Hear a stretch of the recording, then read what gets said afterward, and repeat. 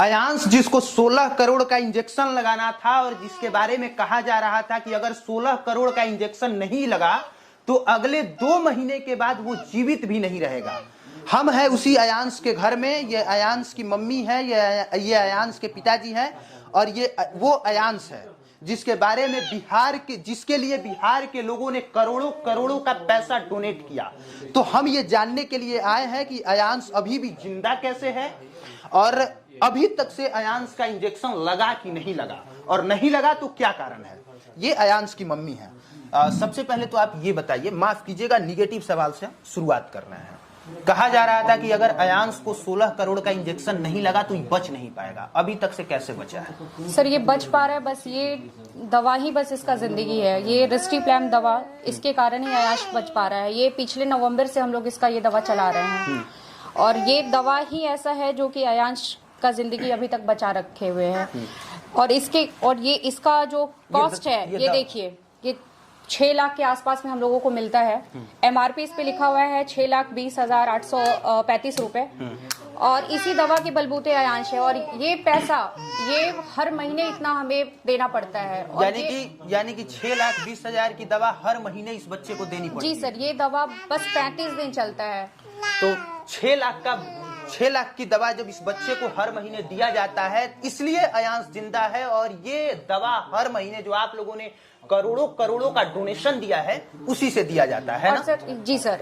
और बच्चे की हालत अभी कैसी है वो बताइए। सर बच्चे की हालत तो बिल्कुल खराब है। आप देख सकते हैं कि ये नॉर्मल बच्चों की तरह ये खा नहीं पाता है। इसे जब भी हम देते हैं तो इसमें सिरिंज लगा के इसे खाना देना पड़ता है। मतलब मुंह से खाना नहीं खा पाता? नहीं सर, यहाँ से ये ट्यूब निकालते हैं और इसमें सिरिंज डालते हैं, उसके बाद ये खाना खा पाता है। ये देखिए, इसका ऑपरेशन इसी कारण हुआ है। और देखिए पेट का ऑपरेशन भी हुआ है। ये देखिए, एक आम इंसान का ये ऑपरेशन हो तो सर वो बेड नहीं छोड़ता है।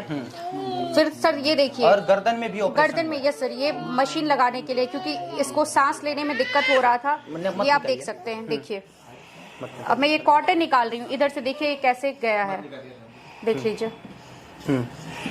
तो इसकी कंडीशन ये है। और लोग इसके ऊपर भी सवाल खड़ा करते हैं कि अयांश की मम्मी, अयांश के पापा या अयांश भाग गया। हम लोग कहाँ भागे हैं? हम लोग तो यही हैं जहाँ आप लोगों ने 1.25 साल पहले अयांश को देखा था, 2 साल पहले अयांश को देखा था, आज भी अयांश वही है। हाँ, अयांश की हालत बिगड़ी जरूर है, अच्छी नहीं हुई है। अयांश की हालत और दिन प्रतिदिन खराब होते जा रही है। अयांश इसलिए जिंदा है क्योंकि कई जगह ऑपरेशन हुआ है। एक ऑपरेशन गर्दन में हुआ है, एक ऑपरेशन पेट में हुआ है और सीधे पेट में सिरिंज के सहारे भोजन दिया जाता है, इसलिए अयांश जिंदा है। इसलिए अयांश जिंदा है क्योंकि 6 लाख की दवा हर महीने इस बच्चे को दी जाती है। अयांश इसलिए जिंदा है क्योंकि गर्दन में छेद कर दिया गया है और ये गर्दन के थ्रू सांस लेता है। ये बच्चा नाक से सांस नहीं ले पाता है। और इस बच्चे की हालत अगर इतनी खराब है तो इसका जिम्मेवार सिर्फ और सिर्फ वो लोग हैं जिन लोगों की वजह से ये अफवाह फैल गया कि अयांश को कोई बीमारी नहीं है और आप लोग पैसा मत दीजिए। ये उन लोगों की वजह से हुआ। देखिए वहां पे एक मशीन है और उस मशीन के थ्रू अयांश को जो है वो भोजन दिया जाता है और हवा दिया जाता है जिससे वो सांस ले सके। अभी लगाइए मत, बस हम दिखा देते हैं। बाकी हम बात इस मुद्दे पर भी करेंगे कि क्या सच में अयांश को वही बीमारी है जिसके लिए 16 करोड़ का इंजेक्शन लगना है, और बात यह भी करेंगे कि कितना पैसा अब तक आया, वो सारा पैसा है कहां और उसका प्रूफ क्या है। क्योंकि वो पब्लिक का पैसा है, इसलिए उनके माता और पिता की जिम्मेवारी बनती है कि वो लोग एक एक पैसा का हिसाब दें। सबसे पहले देखिए, यहाँ पे वो कई हॉस्पिटल के कागज पड़े हैं और बीमारी बताई जा रही है SMA टाइप 1 यानी कि स्पाइनल मस्कुलर एट्रोफी। और इसके बारे में हम कोई सवाल नहीं करेंगे क्योंकि अभी 1 साल पहले मैंने बच्चे का हाल मैं देख के गया था। बच्चा ठीक था, इतना खराब नहीं था। और अब कई ऑपरेशन के बाद बच्चे की हालत ऐसी है तो मुझे नहीं लगता है कि प्रूफ की जरूरत है कि बच्चा बीमार है कि नहीं। मुझे नहीं लगता कि इस कंडीशन में आप लोग ये भी सवाल पूछने की हालत में है कि ये बच्चा जो है स्वस्थ है और नौटंकी करने के लिए पेट में और गर्दन में ऑपरेशन कर दिया गया है। मुझे लगता है बिहार के लोग इतने निर्दयी नहीं है कि ये सवाल पूछेंगे। और बिहार के लोगों पे मुझे पूर्ण भरोसा है कि बच्चे की हालत इस तरह से देखने के बाद उनको भरोसा हो गया होगा कि इतना खतरनाक बीमारी है कि बच्चे का बचना मुश्किल है अगर 16 करोड़ वाला इंजेक्शन नहीं लगा तो।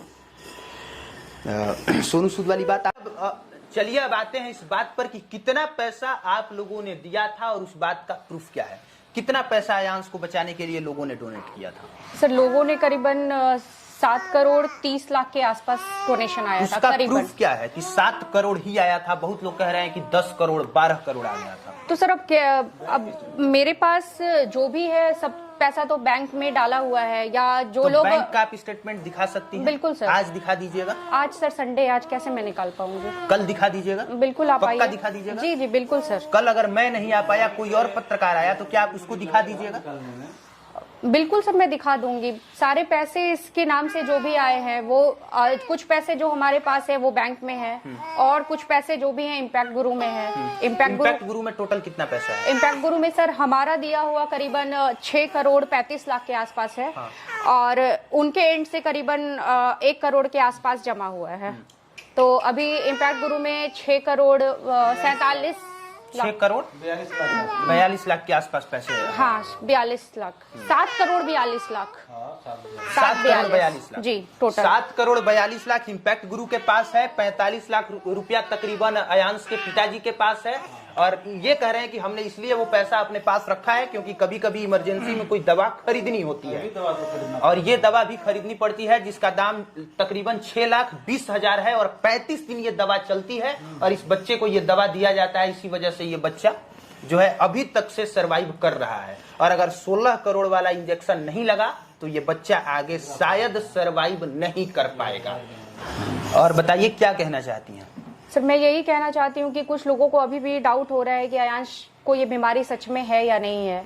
इस चीज को प्रूव करने के लिए सर मैं आज से करीबन 7-8 महीने पहले कहाँ नहीं भटकी, किस किस हॉस्पिटल में नहीं गई। जो कहा जाता है ना, NIMHANS, AIIMS, Manipal hospital, Baptist hospital, और बहुत सारे हॉस्पिटल में गई अयांश को लेकर, ये प्रूव करने के लिए कि हाँ मेरा बेटा बीमार है। और अब मैं क्या प्रूव करूँ? ये देखिए सर, ये खाना जो है ये इस पाइप के थ्रू खाता है। ये जब 8 महीने का था तब से इसका मुंह से खाना खिलाना मैं बंद कर चुकी हूँ, इसकी कंडीशन की वजह से। ये गले में ये ऑपरेशन हुआ है, ये पाइप से सांस लेता है सर। तो अब मैं क्या प्रूव करूँ? अब इससे ज्यादा आप ये खुद सोच लीजिए कि 2 साल का बच्चा ये ऐसे न्यू बॉर्न की तरह ये गोद में ऐसे पड़ा नहीं रहता है। मैं इसे कहीं भी ले जाती हूँ तो बस इसे इस तरीके से लैप करके मुझे ले जाना पड़ता है। 2 साल के बच्चे, अगर किसी बच्चे को अगर फीवर भी लग जाती है ना तो उसकी माँ दिन रात परेशान होती जाती है। अब मेरी हालत सोचिए कि मैं रात भर जग कर मुझे याद नहीं है कि मैं 2 घंटा लगातार कब सोई हूँ। इसकी सिचुएशन इतनी खराब हो जाती है कभी कभी कि बस मुझे लगता है कि अब ये नहीं बचने वाला है। लेकिन लोगों को तो बस यही लगता है कि नहीं, ये बस पैसे लेकर भाग रही है, नए कपड़े खरीद रही है। बस लोगों के दिमाग में यही चलता रहता है। आप खुद सोचिए कि मेरे पास इतने पैसे रहते, ये सारी चीजें मेरे पास रहती, तो क्या मुझे जरूरत पड़ती इस तरीके से ये ऑपरेशन और ये सब करवाने की? किसी बच्चे को हल्की सी कट आ जाती है ना तो उसकी माँ परेशान हो जाती है। इसके शरीर पे तो मैंने इतनी कट देख रखी है कि अब तो मुझे बस आदत हो गई है। मैं इसका खून निकलवाने जाती हूँ ना तो 20 जगह इसे लोग डॉक्टर ये करते हैं, पिंच करते हैं खून निकालने के लिए। पता नहीं ये सारी बातें आप लोगों को समझ आए या ना आए, लेकिन इसकी सिचुएशन आपके सामने है, ये आपके हाथ में है। अयांश को बचाना है या नहीं बचाना है। मैं माँ हूँ, मैं आखिरी सांस तक लड़ूंगी।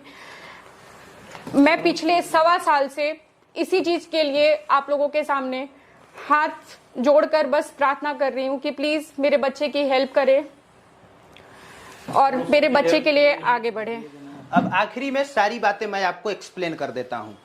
लोगों ने कहा कि इन लोगों के पास बहुत ज्यादा पैसा आ गया, ये लोग पैसा लेके फरार हो जाएंगे कल को और अयांश के बारे में कोई सवाल नहीं करेगा। आज 2 साल के बाद भी ये लोग उसी रूम के, उसी फ्लैट के, उसी मकान नंबर में रह रहे हैं। जिसको भी मिलना होगा आके मिल सकता है, बच्चे की हालत देख सकता है, और बैंक का स्टेटमेंट अगले दिन निकाल देंगे। जिसको भी देखना होगा आके देख सकते हैं। मुझे नहीं देखना है, मुझे उसमें कोई इंटरेस्ट नहीं है।